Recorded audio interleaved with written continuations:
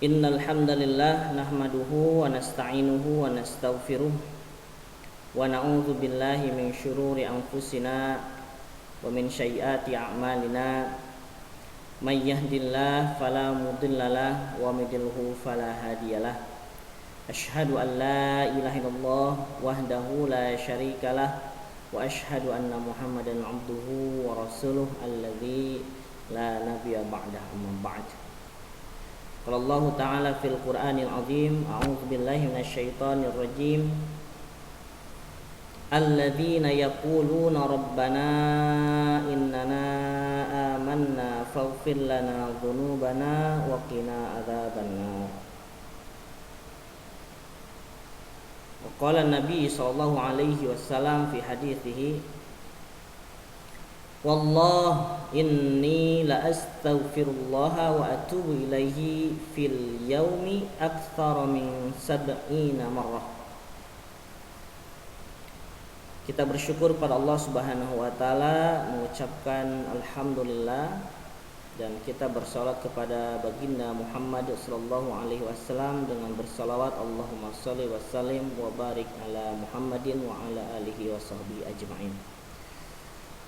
Jamaah sekalian yang dirahmati Allah Subhanahu wa taala, ada beberapa hal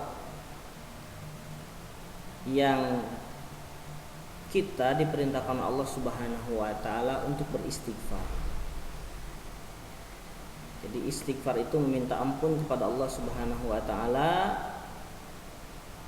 mohon maaf kepada Allah Subhanahu wa taala atas dosa-dosa yang telah kita kerjakan. Tetapi ada beberapa hal kita diperintahkan untuk beristighfar, gitu ya, setelah mengerjakan sesuatu yang itu ternyata bagian dari perintah Allah Subhanahu wa taala.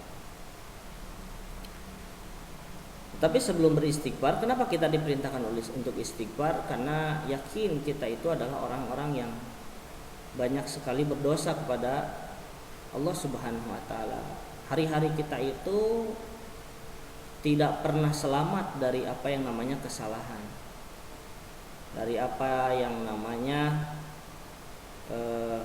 kemaksiatan, baik itu kecil ataupun besar, yang disadari ataupun yang tidak disadari oleh kita semua.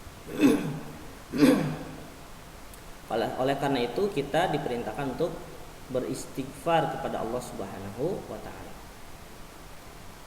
Rasulullah SAW dalam sebuah hadis tadi disampaikan, riwayat Imam Al-Bukhari, disebutkan bahwa demi Allah, wallah demi Allah, inni la astaghfirullah, semuanya aku itu selalu meminta ampun kepada Allah, beristighfar, wa atubu ilaik, dan meminta taubat kepada Allah Subhanahu wa taala, fil yaumi, dalam satu harinya, aktsara min 70 marrah, lebih dari 70 kali.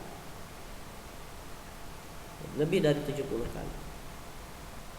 Bahkan dalam hadis yang lain disebutkan, ya ayuhan nas, wahai manusia, tubu ilallah, taubatlah kalian itu kepada Allah, fa inni, sesungguhnya aku, atubu fi yaumi ilaihi mi'ata marrah, bertobat, beristighfar kepada Allah Subhanahu wa taala itu 100 kali. 100 kali dalam seharinya. Itu Rasulullah SAW. Berarti kita kalau ingin dan mengikuti sunnah Rasulullah SAW, maka kita harus mengikuti dan bahkan lebih banyak dari Rasulullah SAW. Karena yang maksum saja Rasulullah SAW itu lebih dari 70 kali, bahkan 100 kali dalam seharinya, yang maksum itu. Oleh karena itu kita harus lebih banyak-banyak beristighfar. Jemaah sekalian, kapan kita diperintahkan untuk beristighfar pada Allah Subhanahu wa taala? Yang pertama adalah setelah salat fardu dan setelah salat tahajud. Dalam sebuah hadis riwayat Imam An-Nasa'i dari Thauban, Rasulullah SAW menyampaikan kana Rasulullah SAW, bahwa keadaan Rasulullah SAW idang sorofa minas salati, ketika beliau selesai mengerjakan salat, istighfar thalathan, beliau beristighfar 3 kali. Kemudian beliau itu setelah beristighfar mengucapkan Allahumma antas salam wa minkas salam tabarakta ya dzal jalali wal ikram sampai selanjutnya. Tetapi memulai zikir ba'da salat, Rasulullah SAW itu beristighfar 3 kali. Lafadznya bisa astagfirullah, astagfirullah, astagfirullah, atau astagfirullahalazim, astagfirullahalazim, astagfirullahalazim. Itu ya. Karena Rasulullah SAW pun itu menjadi contoh bagi kita. Kita melaksanakan apa yang disyariatkan dan dicontohkan oleh Rasulullah SAW. Kenapa kita diperintahkan untuk beristighfar? Tentu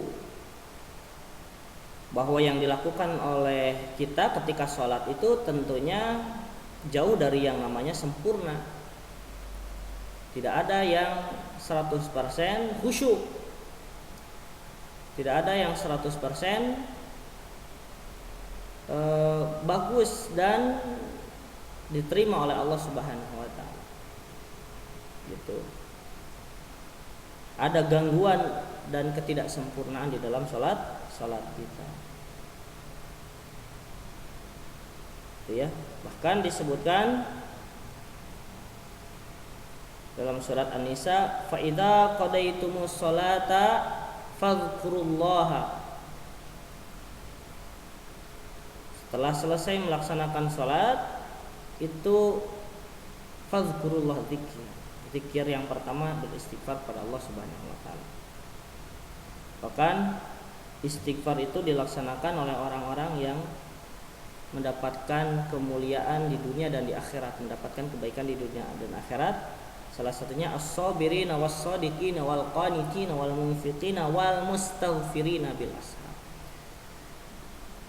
Mereka adalah orang-orang yang mustaghfirina bil ashar, di waktu sahar, waktu yang sangat pendek, ya beberapa menit gitu ya sebelum datangnya waktu subuh, mereka memanfaatkannya untuk beristighfar pada Allah Subhanahu wa taala. Ya, itu setelah sholat. Yang kedua, kapan kita diperintahkan beristighfar kepada Allah Subhanahu wa taala? Yaitu setelah beres ibadah haji. Ya, setelah beres ibadah haji. Allah Subhanahu wa taala berfirman dalam surat Al-Baqarah ayat 198 sampai 199, fa idza afadtum min arafatin fadhkurullaha indal masy'aril haram wadhkuruhu kama hadakum wa in kuntum min qablihi laminadh dhallin thumma afidu min haitsu afadhan nas wastaghfiru. Jika kalian telah bertolak dari Arafah gitu ya, setelah melaksanakan ibadah haji gitu ya, karena wukuf di Arafah gitu ya, itu bagian dari rukun ibadah haji. Kemudian kita diperintahkan untuk melaksanakan segala macam aktivitas dan tsumma afidu min haitsu afadun nas, kemudian bertolaklah dari tempat bertolaknya manusia dan mohon ampunlah. Jadi beristighfar setelah ibadah haji itu bukan selfie, foto-foto gitu ya di Jabal Rahmah dan lain sebagainya, pergi kemana atau riwuh mencari oleh-oleh untuk orang yang di rumah. Nah, tapi diperintahkan untuk beristighfar kepada Allah Subhanahu wa taala. Kenapa kita diperintahkan oleh Allah Subhanahu wa taala untuk beristighfar setelah melaksanakan ibadah haji? Karena kita itu melaksanakan ibadah haji itu sudah mengeluarkan banyak sekali tenaga, biaya gitu ya, dan kalau dalam istilah kami itu fisik, pesak, manasik. Fisiknya diuji, tidak boleh kita itu sudah tidak kuat bepergian, lumpuh dan sebagainya, maksa untuk ibadah haji. Pesak itu biaya yang dikeluarkan untuk melaksanakan ibadah haji. Yang ketiga, manasik. Manasik itu adalah tahu ilmu dalam melaksanakan ibadah haji. Jadi fisik, pesak, manasik itu harus kita persiapkan, dan kalau sudah, dan itu menggunakan biaya yang besar sekali dan sangat payah sekali. Makanya manis tato'a ilaihi sabila, disebutkan mereka yang punya kewajiban ibadah haji itu adalah yang istito'ah, memiliki kekuatan, memiliki kemampuan. Ya. Dan ternyata yang diinginkan dari ibadah itu adalah haji yang mabrur. Allah Subhanahu wa taala, Rasulullah SAW menyampaikan dalam sebuah hadis riwayat Imam Bukhari dan Muslim dari Abu Hurairah, al umratu ilal umrati kafaratun lima bainahuma wal hajjul mabruru laisa lahu jazaa'u illal jannah. Ya. Haji umrah, ibadah umrah ke ibadah umroh yang lainnya itu adalah kafaratun sebagai kifarat, sebagai penghapus dosa. 5 bainahuma, di antara aktivitas umroh dengan umroh yang lain, gitu ya. Selama kita melaksanakan umroh berarti kafaratun, dihapuskan oleh Allah Subhanahu wa taala dosa-dosa. Wal hajjul mabrur, dan ganjaran bagi ibadah haji yang mabrur diterima oleh Allah Subhanahu wa taala itu laisa lahu jazaa'un, tidak ada lagi balasannya. Tidak ada lagi balasannya kecuali illal jannah, kecuali surga. Ya. Oleh karena itu Imam Hasan Al-Basri menyampaikan haji mabrur ialah pulang dalam keadaan zuhud pada dunia dan cinta akhirat, dan meninggalkan perbuatan buruk sebelum haji. Jadi ada buktinya orang yang setelah ibadah haji itu terhapus dosa-dosanya, dan bukti dari kemabruran ibadah haji itu adalah sifat-sifat buruknya hilang, muncul sifat-sifat baik, gitu ya. Dan ada perubahan yang sangat signifikan di dalam kepribadian orang yang ibadah hajinya mabrur. Jadi dalam istilah ustadz gitunya, baheula mah kalau sebelum ibadah haji pakai celana pendek, pulang ibadah haji nggak pakai celana sama sekali. Nah, itu tandanya ada yang tidak berubah dari sifat dan kepribadiannya, dan itu adalah ciri bahwa hajinya tidak mabrur. Karena menurut Imam Hasan Al-Basri itu haji mabrur adalah pulang dalam keadaan zuhud pada dunia dan cinta pada akhirat, dan meninggalkan perbuatan buruk sebelum haji. Jadi itu.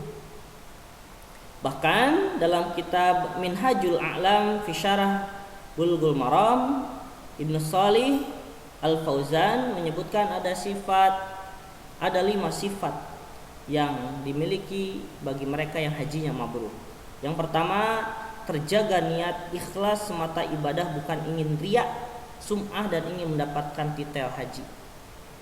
Jadi kata beliau, niatnya ikhlas, dari awal sudah menyusun keikhlasan. Yang kedua, biaya dari rizki yang halal, ya. Rizki yang halal. Dalam sebuah hadis riwayat Imam Muslim disebutkan, innallaha thayyibun la yaqbalu illa thayyiba. Allah itu thayyib, bersih, suci, bersih, ya, baik. Dan Allah tidak akan menerima amalan-amalan kecuali dari sesuatu yang baik, usaha yang baik, harta yang baik. Jadi kalau berangkat ibadah haji dengan harta hasil korupsi, hasil menipu, umroh dengan menggelapkan biaya nasabah, biaya orang yang ingin ikut travelnya gitu ya, travelnya kaleng-kaleng, abal-abal dan lain sebagainya, jangan dikira mereka itu diterima umrohnya, berkah hartanya, tidak. Karena Allah itu baik dan menginginkan semua hal yang berkaitan dengan ibadah kepada Allah Subhanahu wa taala itu semuanya dari yang baik-baik. Dan ketiga, menjauh dari maksiat, dosa dan bid'ah. Dalam surat Al-Baqarah ayat 197 disebutkan, fala rafatha wala fusuqa wala jidala fil hajj. Jangan berbuat rafas, jangan berbuat fasik, dan jangan berkelahi, jidal, gitu ya, dalam ibadah haji. Jadi perbuatan-perbuatan yang sebelum ibadah haji itu dilaksanakan dan senantiasa dirutinkan dalam kaitannya rafas. Rafas itu sesuatu yang dalam tanda kutip berkaitan dengan pornografi dan porno aksi. Kemudian fasik itu perbuatan yang kita tahu bahwa itu adalah perbuatan dosa, tetapi kita masih melaksanakan. Jidala adalah bersitegang, berkelahi, adu argumen, adu pendapat, tidak turut kepada instruksi dan lain sebagainya, yang di situ ada kaitannya dengan ibadah, ada pembangkangan terhadap instruktur, ya, kepala rombongan atau pembimbing dan lain sebagainya. Intinya nama sakrap dewek lah, sakrap sorangan. Wala jidala fil haji, tidak boleh hal yang seperti itu ada di dalam ibadah haji. Dan yang keempat adalah mengagungkan syiar Allah, ritual dengan khusyuk, ya, tenang, sabar, memperbanyak zikir, takbir, tahmid, tasbih dan istighfar. Itu jadi haji mabrur diinginkan kalau hajinya tidak cacat, gitu ya. Kalau hajinya cacat, banyak kesalahan, bahkan tidak tahu ilmunya sama sekali, berangkat haji, wah itu sayang, ya, tidak mendapatkan ibadah yang sesuai dan apa yang diinginkan oleh kita dan apa yang diinginkan oleh Allah Subhanahu wa taala. Gitu ya. Makanya diperintahkan untuk beristighfar setelah ibadah haji itu untuk menutup, menghapus perbuatan-perbuatan yang tidak pas, yang di luar dari kendali kita, tapi mengharapkan Allah Subhanahu wa taala mengampuni dan menghapus perbuatan-perbuatan tersebut agar haji kita sempurna di mata Allah Subhanahu wa taala. Kemudian yang ketiga, ya, kapan kita melaksanakan istighfar dan kapan kita diperintahkan untuk istighfar. Yang ketiga adalah setelah memperoleh kemenangan, kesuksesan di dunia ini, ya. Rasulullah SAW, ya, menerima surat An-Nasr, idza jaa nasrullahi wal fath wa ra'aitan nas yadkhuluna fi dinillahi afwaja fasabbih bihamdi rabbika wastaghfir innahu kana tawwaba. Rasulullah SAW menerima surat ini itu menjadikan pemahaman kepada orang bahwa kalau setelah mendapatkan an-nasr, pertolongan Allah Subhanahu wa taala dan kemenangan, fath gitu ya, maka kita diperintahkan untuk fasabbih bihamdika. Fasabbih, subhanallah, bertasbih, bihamdika, tahmid, wastaghfir, dan beristighfar. Karena kenapa? Karena ternyata dalam memperoleh kesuksesan, dalam memperoleh yang namanya kemenangan, yang keberhasilan di dalam kehidupan kita itu tidak lepas dari hubungan sosial dengan sesama makhluk dan juga hubungan kepada Allah Subhanahu wa taala.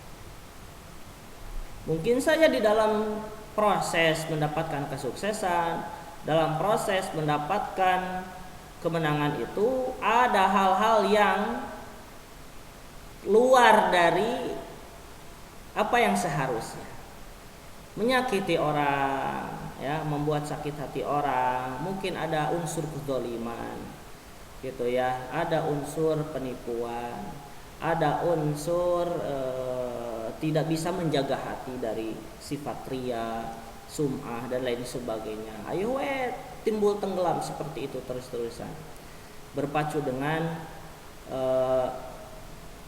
semangatnya memperoleh dan semangatnya ingin mendapatkan kemenangan, keberhasilan di dalam kehidupannya.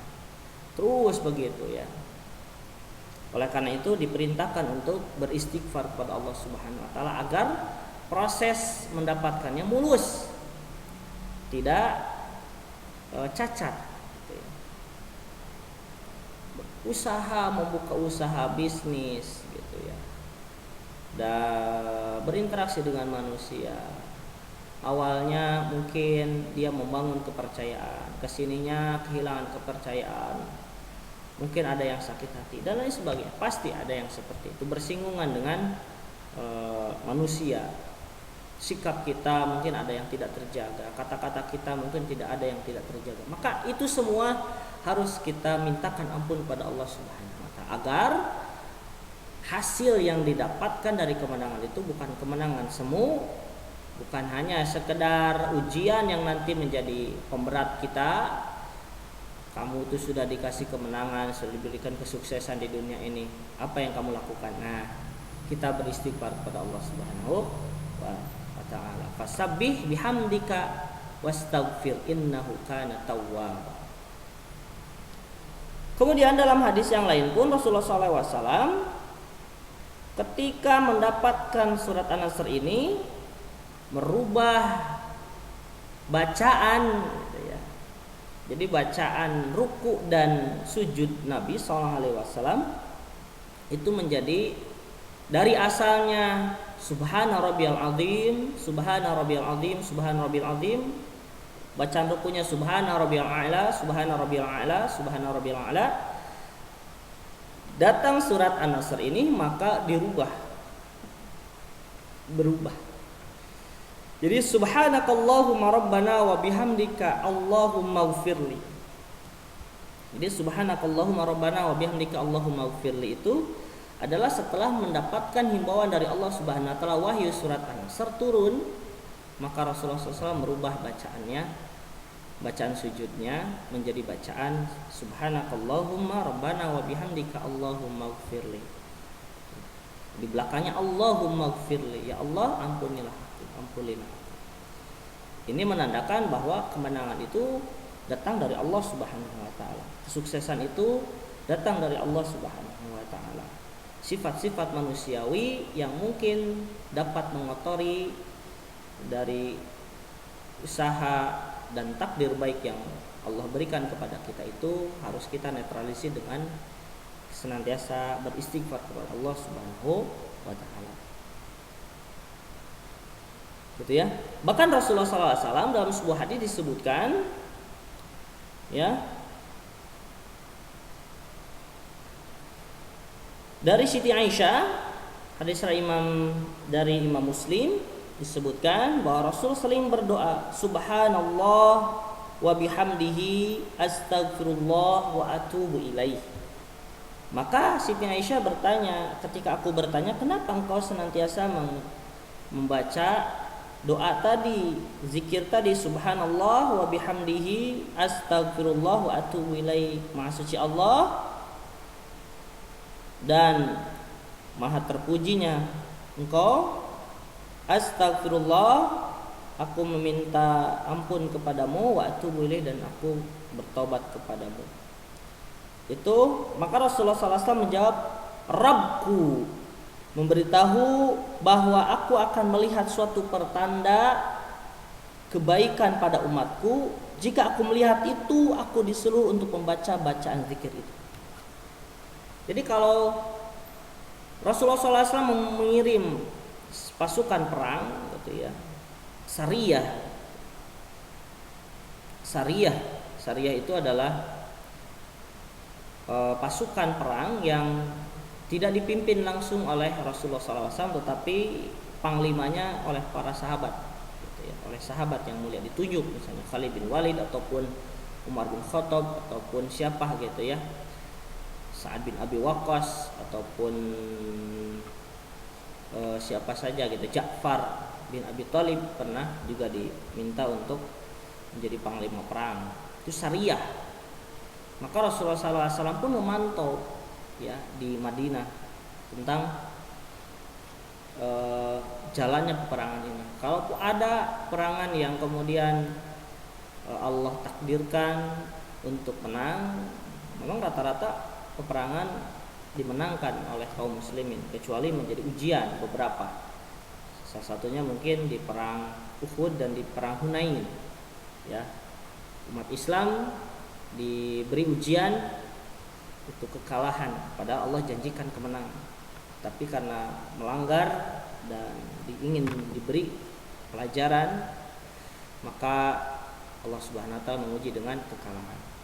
Maka ketika mendapati ada pertanda kebaikan pada sebuah di diri umat Rasulullah SAW, maka Rasulullah SAW memperbanyak zikir tadi, subhanallah wa bihamdihi astaghfirullah wa atubu ilaih. Ya, jadi saat memperoleh kemenangan dan kesuksesan, maka kita diperintahkan untuk beristighfar kepada Allah Subhanahu wa taala. Kemudian yang keempat, kita diperintahkan untuk banyak beristighfar adalah saat menafkahi keluarga dari rezeki yang didapatkan. Dalam Quran surat Nuh ayat 10 sampai 12 disebutkan, wa qul tastaghfiru rabbakum innahu kana ghaffara yursilus samaa 'alaihim midrara wa yumdidkum bi ahwali wa banina bi amwali wa banina wa yaj'al lakum jannati wa yaj'al lakum anhara. Aku mengatakan, aku berdoa, istaghfiru rabbakum innahu kana ghaffara, mohonlah ampun kepada Tuhan kalian, sungguhnya Tuhan kalian itu kana ghaffara, adalah Tuhan yang Maha mengampuni. Yursilus samaa 'alaikum midrara, niscaya Ia akan mengirimkan hujan dari langit yang lebat. Wa yumdidukum bi amwali wa banina wa yaj'al lakum jannati wa yaj'al lakum anhara. Memperbanyak harta, memperbanyak anak, mengadakan kebun dan sungai-sungai. Jadi ini adalah salah satu ayat yang menceritakan para nabi juga menyampaikan tentang pentingnya beristighfar, memohon ampun kepada Allah Subhanahu wa taala atas usaha menafkahi keluarga. Kalau kita banyak beristighfar, banyak memohon ampun kepada Allah Subhanahu wa taala, secara garis besar intinya Allah akan mudahkan ya, memberikan banyak karunia, diturunkan hujan dari langit, kemudian dibanyakkan harta, anak-anak, kemudian kebun-kebunnya menjadi subur dan sungai-sungainya mengalir menjadi sumber mata pencaharian dan sumber kehidupan kita. Bahkan Imam Hasan Al-Basri, salah seorang tabi'in, ulama di zaman tabi'in, ketika ada seseorang yang mengeluhkan ya tentang kemarau, gitu ya, datang seseorang itu tentang kemarau, ya Syekh, saya itu di tempat saya itu paceklik, kemaraunya panjang, apa yang harus saya lakukan? Maka Hasan Al-Basri mengatakan banyak beristighfar. Pulang, ternyata datang lagi orang, ya Syekh, ternyata di tempat kami banyak kefakiran dan kemelaratan. Maka Syekh Hasan Al-Basri menyampaikan banyak beristighfar. Pulang lagi orang tersebut. Kemudian datang lagi orang mengeluhkan, ya Syekh, saya itu sudah bertahun-tahun berkeluarga tetapi belum mendapatkan momongan, belum mendapatkan anak. Apa yang harus kami lakukan? Kata Syekh itu, silahkan beristighfar. Syekh Hasan Al-Basri mengatakan istighfar, banyak istighfar, banyak istighfar. Kemudian datang lagi orang mengeluhkan, gagal panen saya itu ya Syekh, apa yang harus saya lakukan? Syekh Hasan Basri masih menyarankan banyak beristighfar, banyak beristighfar. Beliau terus banyak menasihati. Hasan Al-Basri, Syekh Hasan Al-Basri tidak salah karena memang sesuai dengan tadi Quran surat Nuh ayat 10 sampai 12. Kalau ternyata paceklik kemarau, Allah turunkan hujan dengan istighfar, banyak beristighfar. Kalau ternyata fakir dan melarat, kelaparan, tidak ada harta, Allah akan turunkan harta, perbanyak harta itu dengan banyak beristighfar. Kemudian kalau ternyata belum punya anak, ini berrajin-rajin beristighfar pada Allah Subhanahu wa taala. Gitu ya. Minta, memohon kepada Allah Subhanahu wa taala agar diberikan waladun salihun. Diberikan dzurriatan thayyibatan. Ya, diberikan keturunan anak-anak yang soleh dan solehah. Itu. Kemudian kalau terjadi gagal panen dan lain sebagainya, kebun-kebun tidak terurus dan sebagainya, cuaca tidak menentu, banyak beristighfar kepada Allah Subhanahu wa taala. Gitu ya. Ini saat menafkahi keluarga dengan rizki yang didapatkan, maka banyak beristighfar. Kemudian dalam sebuah hadis disebutkan riwayat Imam Ahmad dan Imam Al-Hakim, man aktsara istighfara ja'alallahu lahu min kulli hammin farajan wa min kulli dayyiqin makhrajan wa razaqahu min haitsu la yahtasib.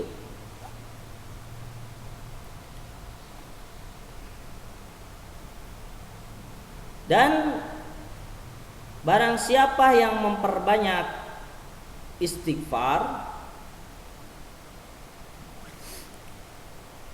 ja'alallahu lahu min kulli hammin farajan, Allah akan jadikan setiap kesedihan-kesedihan itu farajan, kegembiraan. Wa min kulli dayyiqin makhrajan, dari setiap kesulitan jalan keluar. Wa razaqahu min haitsu la yahtasib, dan Allah akan merizkikan dari arah yang tidak disangka-sangka. Jadi jangan sepelekan istighfar. Kalimatnya sederhana, astagfirullahaladzim, astagfirullahaladzim, astagfirullah wa atubu ilaih. Silahkan menggunakan redaksi yang mana saja, yang penting itu kalimat permohonan ampun kepada Allah Subhanahu wa taala.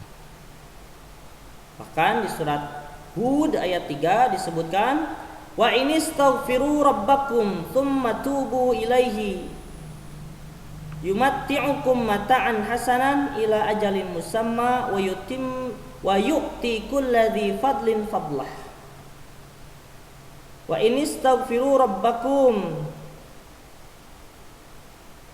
dan beristighfar kepada Tuhanmu, tsumma tubu ilaihi, dan bertaubat kepadanya, yumatti'ukum mata'an hasanan, akan diberikan kenikmatan yang baik.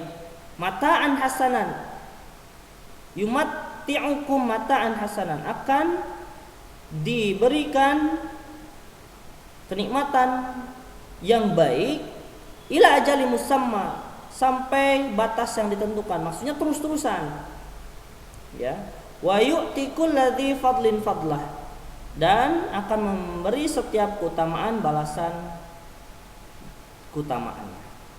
Yu'ti kulladzi fadlan fadlah. Kalau kita melaksanakan dan merutinkan istighfar ketika mendapatkan harta, memberi nafkah pada keluarga, maka ia menjadi fadilah, dan Allah ganjar setiap fadilah yang ia dawamkan dalam kehidupannya. Itu tentang kita beristighfar saat menafkahi keluarga dengan rezeki yang didapatkan. Dan yang kelima adalah kita beristighfar segera saat berbuat dosa. Nah, gitu ya. Dalam Quran surat Ali Imran ayat 135 disebutkan, walladzina idza fa'alu fahishatan aw zalamu anfusahum dzakarullaha fastaghfaru lidzunubihim wa may yaghfiru dzunuba illallah wa lam yusirru ala ma fa'alu wa hum ya'lamun. Walladzina, dan orang-orang yang idza fa'alu fahishatan, ketika mereka mengerjakan fahisyah, perbuatan fahsya, perbuatan dosa, au dzalamu anfusahum, atau perbuatan-perbuatan yang efeknya adalah kembali kepada dirinya sendiri, yaitu zalim kepada dirinya sendiri, musyrik, perbuatan-perbuatan maksiat yang lainnya, itu semuanya intinya adalah zalim li nafsi, zalim li nafsihi, kezaliman kepada dirinya sendiri. Kezaliman kepada orang lain bahaya, ya, karena itu harus kita meminta maaf dan bertobat kepada Allah. Tetapi kalau dirinya yang melakukan dosa, dia itu zalim tapi kepada dirinya sendiri. Zakarullaha, ingat kepada Allah, fastaghfaru, dan memohon istighfar kepada Allah, lidzunubihim, atas dosa-dosa mereka. Beristighfar kepada Allah atas dosa-dosa mereka. Wa may yaghfiru dzunuba illallah, dan siapa yang wa may yaghfiru dzunuba illallah, dan tidak ada yang menerima dan dapat mengampuni dosa-dosa itu kecuali Allah, illallah. Wa may yusirru ala ma fa'alu wa hum ya'lamun. Mereka tidak akan meneruskan perbuatan kejinya, walam yusirru ala ma fa'alu, gitu ya. Mereka dengan syarat tidak melanjutkan perbuatan dosanya. Wa hum ya'lamun, sedangkan mereka tahu bahwa itu adalah dosa. Setelah tahu dosa-dosa itu, tinggalkan, tidak boleh lagi dilakukan oleh kita. Maka itu adalah hal yang berkaitan dengan kalau kita melakukan istighfar atau mengucapkan istighfar itu setelah kita melakukan dosa. Kita itu sering loh melakukan dosa itu. Saya yakin semua orang pasti tidak bisa lepas dari apa yang namanya dosa. Sekarang berbuat dosa, kemudian beberapa saat selanjutnya beristighfar, nanti melakukan dosa lagi, beristighfar lagi, melakukan dosa lagi, beristighfar lagi. Apakah ini tidak mempermainkan? Bukan mempermainkan. Karena memang manusia itu makhluk khata wa nisyan. Ya, makhluk yang tidak pernah terlepas dari yang namanya kesalahan dan dosa. Ya. Bahkan disebutkan dzuluman jahula. Manusia itu dzuluman jahula, paling zalim dan paling bodoh. Ya, karena kenapa? Tanggung jawabnya besar, menjadi khalifah di muka bumi ini otomatis tidak akan pernah safe dari yang namanya dosa dan kesalahan. Maka sebaik-baiknya orang yang melakukan dosa itu adalah orang yang segera bertaubat.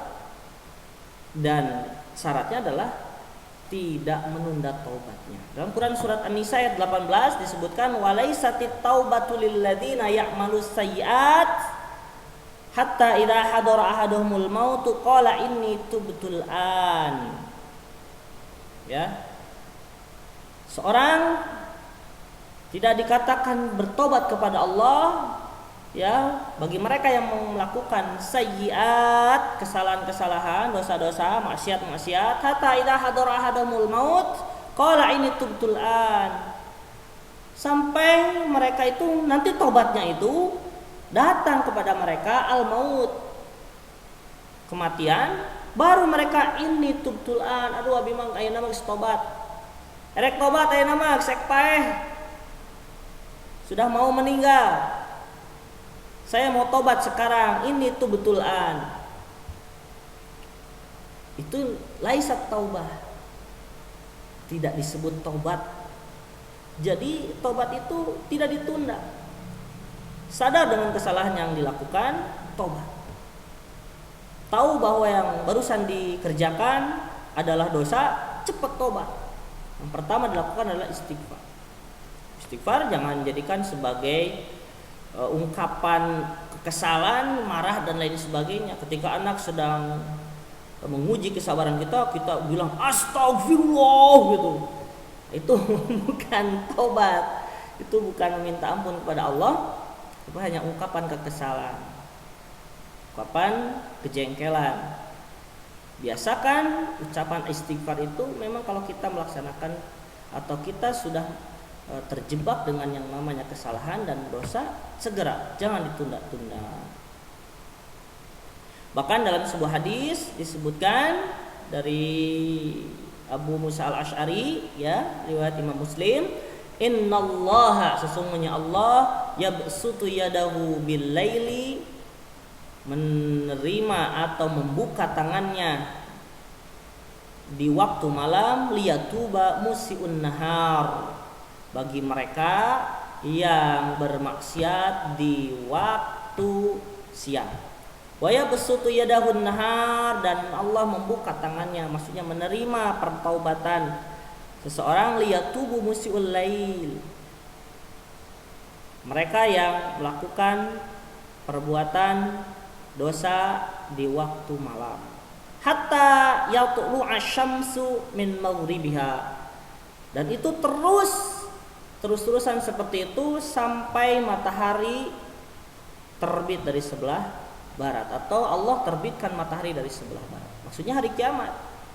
Allah terima loh taubat kita itu. Kita melakukan kesalahan di waktu siang, maka Allah terima taubatnya. Allah tunggu sampai waktu malam. Kemudian di malam hari setelah kita taubat, kita melaksanakan lagi kesalahan, kemaksiatan, dosa dan lain sebagainya, Allah tunggu di waktu malam itu sampai siangnya, sampai waktu siangnya, dan itu berlaku sampai hari kiamat. Nah kalau begini, Allah Subhanahu wa ta'ala itu tidak memberikan kesempatan kita itu untuk terlena dalam dosa. Kalau kita ternyata masih terlena dalam perbuatan dosa, salah kita sendiri. Jemaah rahimakumullah, maka itu yang bisa disampaikan tentang waktu-waktu kapan kita diperintahkan untuk bertobat kepada Allah Subhanahu wa taala. Yang pertama setelah salat fardu, yang kedua setelah beres melaksanakan ibadah haji dan umrah, kemudian yang ketiga setelah memperoleh kemenangan, kesuksesan dan kejayaan, ya. Keempat saat menafkahi keluarga dari rezeki yang didapatkan, dan yang kelima adalah setelah kita melaksanakan dosa, segera kita laksanakan taubat dengan mengucapkan istighfar kepada Allah Subhanahu wa taala. Jemaah sekalian, sepertinya itu yang bisa disampaikan. Mudah-mudahan kita termasuk orang-orang yang bersegera dalam bertobat kepada Allah Subhanahu wa taala, orang yang merutinkan beristighfar kepada Allah Subhanahu wa taala, memohon ampunan kepada Allah Subhanahu wa taala. Mudah-mudahan kita termasuk hamba-hamba Allah yang disebutkan dicintai oleh Allah Subhanahu wa taala dalam firman-Nya, "Innallaha yuhibbut tawwabin wa yuhibbul mutatahhirin." Allah itu mencintai orang-orang yang bertobat dan orang-orang yang mensucikan diri. Itu saja yang bisa disampaikan, mudah-mudahan ada manfaatnya. Mohon maaf atas segala kekurangan. Qul qouli hadza wa astaghfirullahi wa lakum. Assalamualaikum warahmatullahi wabarakatuh.